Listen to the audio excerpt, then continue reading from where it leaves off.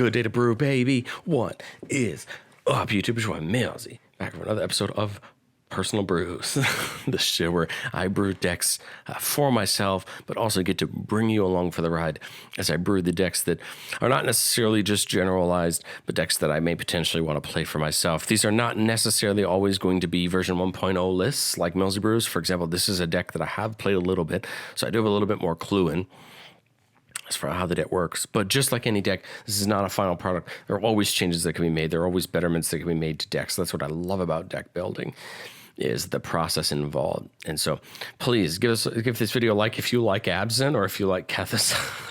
Subscribe if you want to see me out brew your favorite Magic channel. And let me know down in the comments, what do you think of this deck? What should I add? What should I take out? What did I miss because I'm a dummy? Let me know in the comments. I love having conversations with you guys down in the comments on what you think of these decks, what cards should be added, what shouldn't be added. But today, we're looking at Kethis, the Hidden Hand. I've called this deck Aristofriends, and we will see in a second why it's called Aristofriends. But Kethis Hidden Hand, white, black, green for a 3/4 Elf Advisor. Legendary spells you cast cost 1 less to cast, and we can exile 2 legendary cards from our graveyard. And then each legendary card in our graveyard has you may play this card from our graveyard. Kethis, Abzan, legendary. And the first thing I looked at when I said Kethis said, cool, legendaries.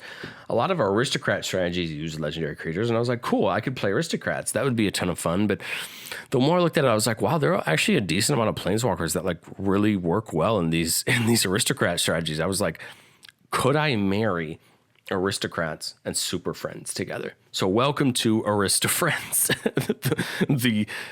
the strategy that I'm sure has some name floating out there, but I'm calling Aristofriends, a deck where we take everything that's great about super friends, we take everything that's great about aristocrats and slam them together for a good time. This deck is a monster. It takes a lot to get this deck going, and there's a lot of triggers and a lot of things that we have to pay attention to. But when this deck is functioning, when this deck gets going, you are making an absurd amount of tokens. You are sacrificing those tokens for an absurd amount of mana, and you are ending the games a lot of different ways. This deck is kind of a headache the couple of times I've run it. But it's just because I haven't learned the lines yet. You know, there's so many times with these more important, harder decks where there's so many lines and it's easy to forget the lines. But when you start realizing the way these cards work together, you start to realize that like some of these planeswalkers are just like really good. You know, something like Liliana Dreadhorde General that draws you a card every time a creature you control dies. Dumping 3 or 4 creatures into a Phyrexian altar to get mana and draw 4 cards is a lot better than you think it is in most strategies. So there's plenty of different ways for us to do this and do this effectively. So this is my most recent version of this list. You know, if you're familiar with my Millsy Revisit series, that's a series I did where I went through and rebrewed all of my main decks, all the decks that are in my test box. And this is a deck that had just kind of, I made a cutoff. I said any of my test decks that I didn't feel comfortable with the current state they were at, or I really thought needed a rehaul, were going into this list to potentially be done for Personal Brews. They were decks that I was going to kind of completely revisit, not stay locked into any certain cards, kind of reapproach the strategy, see if I could find new cards or cards I didn't know about, or even cards from Brothers War, Phyrexian All Be One that would inject into the deck to make it better and kind of give it a fresh start. This is a deck that I really love because there haven't been a ton of Abzan decks that I've played that I've really loved. We got to see Vishkraz out of Phyrexian All Be One. That's an episode you can check out over on my channel. I love that deck, and that's a deck that I've had a ton of fun playing. It kind of is aristocratic in some ways, but it's also kind of not. And we'll see this week at the day this episode comes out.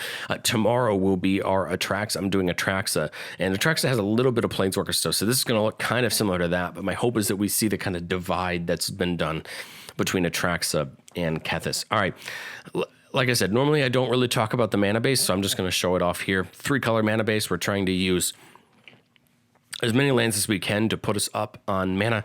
I'm playing the Urborg, but I'm not playing Cabal Coffers, and that's just because I think Urborg just helps us out with other lands as well, especially with Mana Confluence and City of Brass, things that nuke us for some life. But the big thing I think I want to point out here is Nykthos. Nykthos is a card that does a lot of good in this deck because remember, all of our Planeswalkers have Devotion, so there have been plenty of turns of this deck where I've tapped Nykthos for 10 or 11 mana and used it to just go off and do a lot of really good things. Yavimaya is in here now, especially for the new Nissa, and we'll talk about why new Nissa can be good in a lot of ways, especially when we're going wide with tokens. I think it's a pretty standard 3-color mana base. We do have some basics, so if we do have some ramp for that, and that also helps us with some of those outs like Path of Exile, allowing us to get a land where we would otherwise get nuked in some other 4-color decks. All right, getting up into the enchantments. We're playing an Aristocrats deck, so at the end of the day, we need outlets. One of them, Agent of the Iron Throne. So as long as we have our commander out, our commanders have whenever an artifact or creature you control is put from our graveyard into the battle, or into a graveyard from the battlefield, each opponent loses a life. This is killer good because a lot of times we're sacrificing creatures or sacrificing treasures for things, and what Agent of the Iron Throne is going to do is allow us to ping our opponents for one life each time. The cool part is this: each opponent loses 1 life, not each opponent gets dealt 1 damage. So things that prevent damage won't prevent Agent of the Iron Throne from stopping that. Same thing with Bash Remembrance. Every time a creature we control dies, each opponent loses a life and we gain a life. Again, these are the kind of cards where one of these style of cards is something we're looking for to pair with everything else that we're trying to do to help kind of slowly churn our opponents down. Annoying Procession, of course, since we're playing Aristocrats, we're playing tokens. We, of course, got the privilege of the new Mondrak, which is helping us a ton as it's a second copy of Annoying Procession, doubling all the tokens we would make. Divine Visitation will turn those tokens into 4/4 Angels. This is kind of an interesting card because a lot of these decks use Skull Clamp, and I'm realizing that Skull Clamp isn't in this list, and it probably should be, but that's a problem we could fix later. Divine Visitation, oh, I know why, because I'm going into the Phyrexian Altar, but no, Skull Clamp should definitely be in this list. I'm not sure what I did wrong, but anyway, that's another thing. Let's keep going with the deck, and I can fix that later. Divine Visitation turns all of our tokens into 4/4 Angels. This is just going to push us forward on the combat side, if that's something we want, if we have enough time to do, and we can't just hurt our opponents out that way. Doubling Season, doubling the amount of tokens we create and the number of counters we put on our permanents, mostly our Planeswalkers, but also +1/+1 counters and other things. Luminarch Ascension, once we go 4 of our opponent's turns without taking damage, we can start making 4/4 Angels for 2 mana. This is great because we can do this on our opponent's turn, make those Angels to block or be able to attack on our turn. Briar's Wake doubles up our mana. It gives us a lot of good as far as pumping up our whole board, but also just doubling the amount of mana of our lands tap for. It's going to take our turns and just make them exponentially better. Oath of Ajani, +1/+1 counter each creature when it comes in, and each of our Planeswalkers costs 1 less. With Kethis out now, our Planeswalkers are casting 2 less to cast. And then Oath of Nissa, when it comes in, let's just look at the top 3 and get a creature, land, or Planeswalker from the middle of our hand and put the rest on the bottom.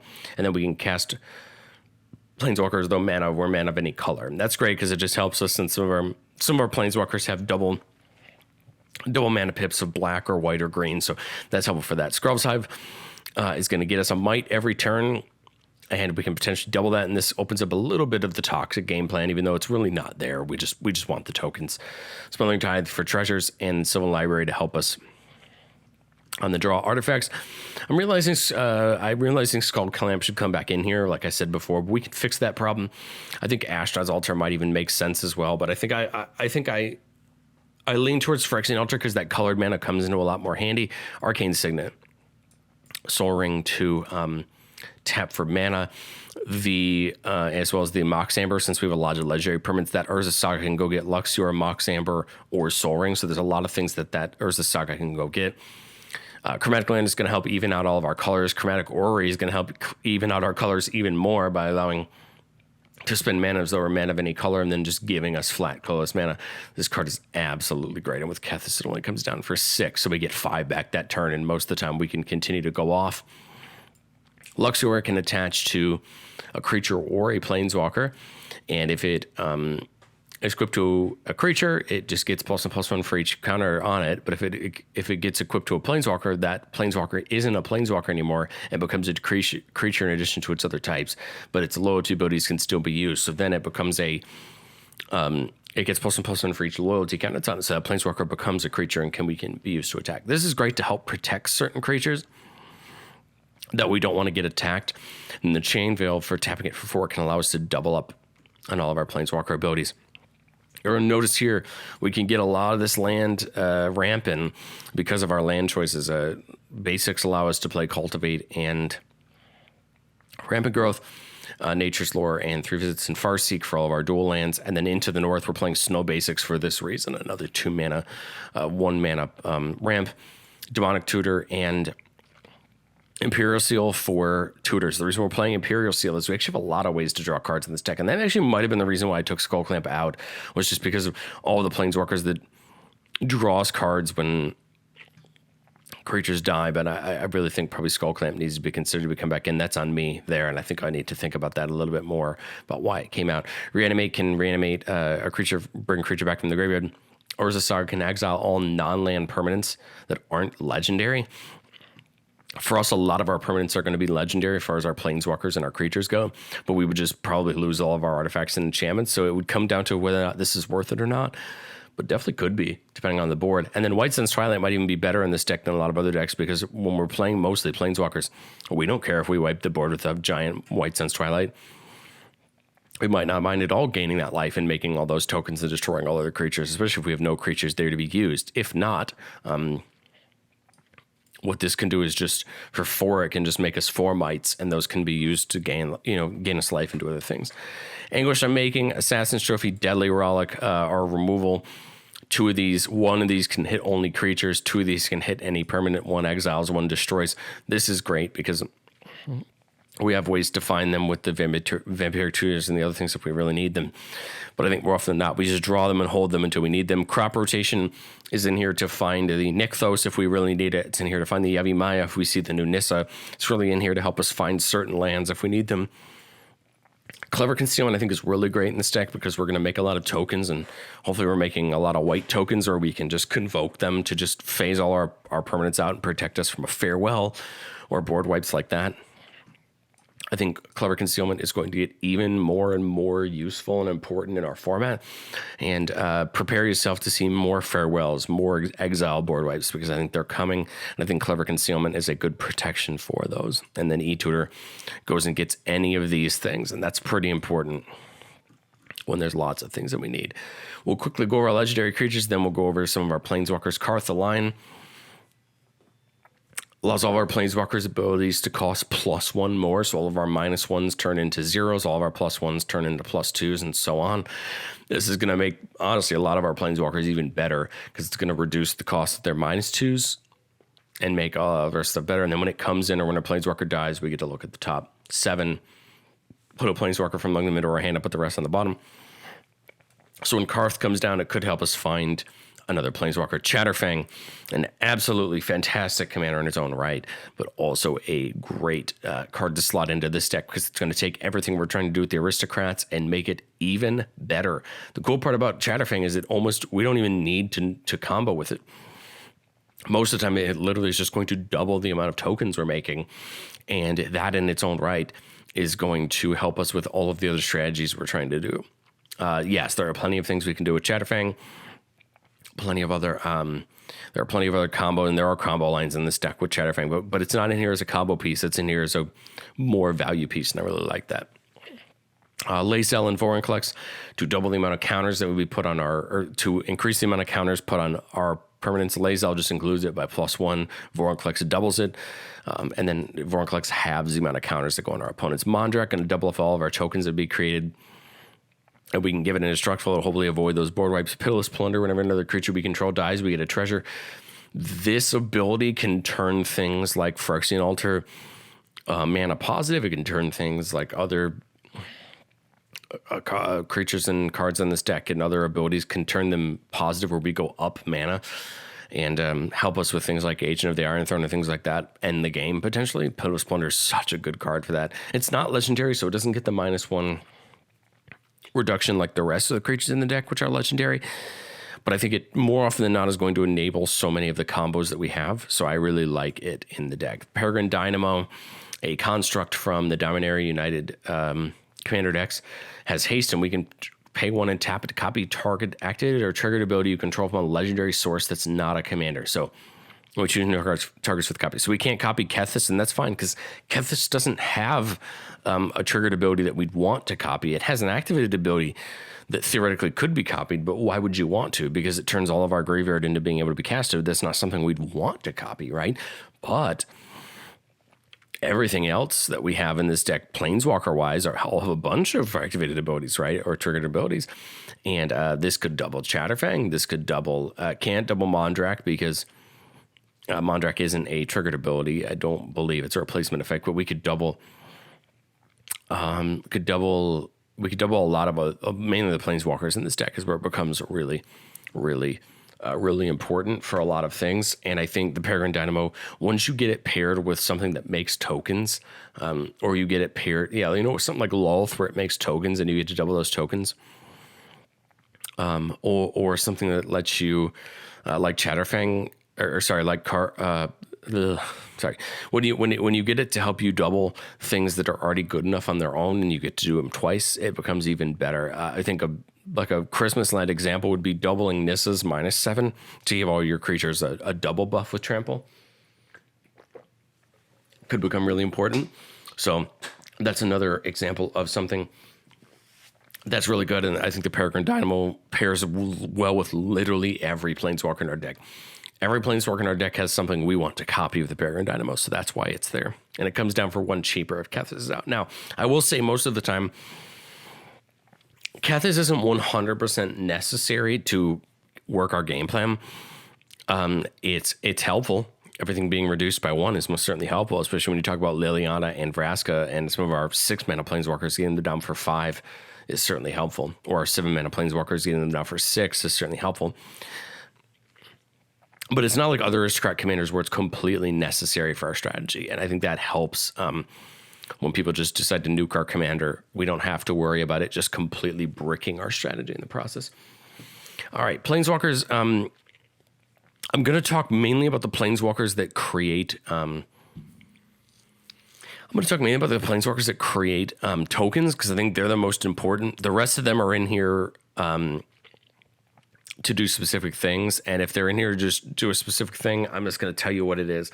A Johnny can spread out +1/+1 counters, but its ultimate can also give our opponents poison counters. That's really the main reason it's in here. A Johnny the Greathearted gives all of our creatures vigilance and can put a counter on each of our Planeswalkers and creatures. Elspeth makes us those 3 soldiers, but can also use that -3 for the board wipe.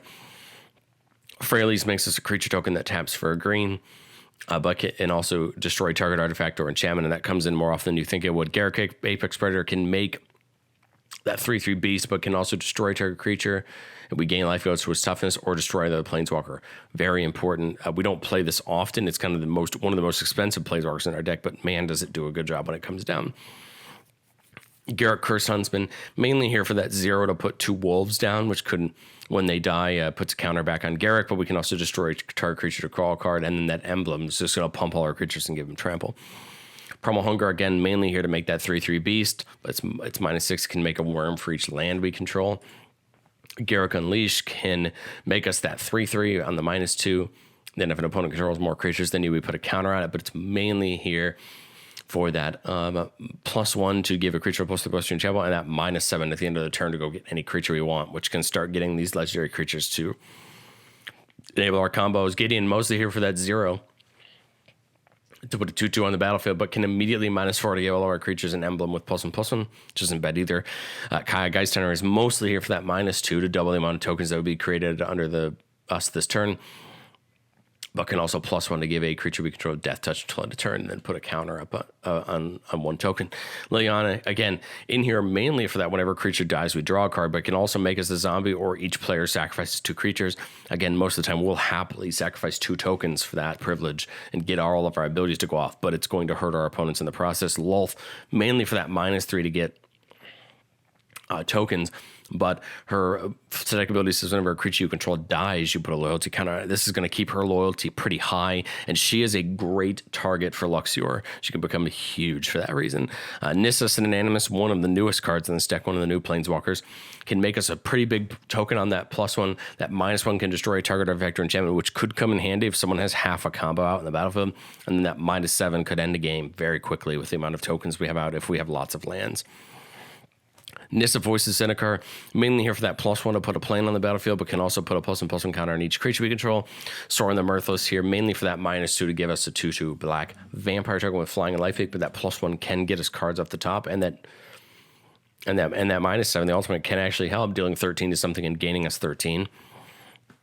Sorin Solemn Visitor, mainly here for the +1, giving all of our creatures +1/+1 lifelink, but also to give us a token.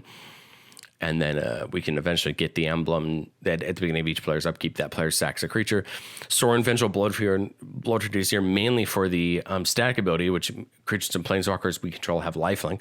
This is going to make attacking and our creatures dying in combat, which we probably want anyway, even better when that gains us life. +2 deals 1 damage to a player or planeswalker, which will gain us life back. And then the -X can bring a creature with CMC X from our graveyard back to the battlefield, except it's a vampire instead. It's just going to bring Put Splendour, Chatterfang, Mondrak. It's just going to bring them back from the graveyard back to the battlefield. Tevesh Zot mainly in here for that +2 to make 2 Thralls. The +1 isn't bad either, because we can sacrifice another creature, planeswalker, and draw 2 cards, and then draw another card if the sacrifice permanent was a commander. More often than not, I think we just want to sack 1 to draw 2, but if Kethis isn't really needed, we can always sacrifice it to draw 3. And then -10 can be devastating when it goes off. Gain control of all commanders. Put all commanders from the command zone on the battlefield under your control. That is going to get messy, especially when people need their commanders. The new Vraska, 0 to draw a card and proliferate. That's just going to help out all the rest of our planeswalkers. -2 to make any creature into a treasure, and it loses all of their abilities. This is going to shut down commanders. It's going to shut down combo pieces. A lot of great things. And then the -9 can make someone have 9 poison counters, and with something like the Chain Veil out, this could potentially finish a player off with poison counters. Although that's not really the goal of the deck, it's a mini thing that is there. Vraska Gori Queen, mainly here for the +1, sacrifice another permanent. If you do, you gain a life and draw a card, and then that -3, destroy target non-land permanent with converted mana cost 3 or less, hits a lot of things. The -9 is great, since you have an emblem with whenever a creature you control deals combat damage to a player, that player loses the game. If we can +2 Vraska enough times to get up to that -9, then all of our tokens become potential game-ending threats for our opponents. And then Ren and 7, mainly for that -3 to get us that big tree folk, but can also, if we get it up to the -8, can return everything back from our graveyard to our hand, and then we have no maximum hand size. But mainly it's here for that -3 and making those big tokens that become very hard to block and deal with. So what do you guys think? What do you guys think of Kethis Aristofriends? This is a deck that's a ton of fun. Again, it's a big puzzle to put together. Once you hit those board states where you're getting so much value off the things that you already want to do anyway, you have so many ways to remove things. You know, Chatterfang removes things with its ability. You have big beaters that are going to be able to attack. You have tokens that are going to be able to attack. You have tokens that you can sacrifice for endless value. I think this is a deck that takes an interesting approach on aristocrats. Of course, there are better straight up aristocrat decks like Chatterfang, or there are even some other Abzan commanders that are better straight up aristocrats decks. My goal again was to combine aristocrats with super friends to see if we can make this fun combination. What do you think? Let me know down in the comments, and I will catch you next time.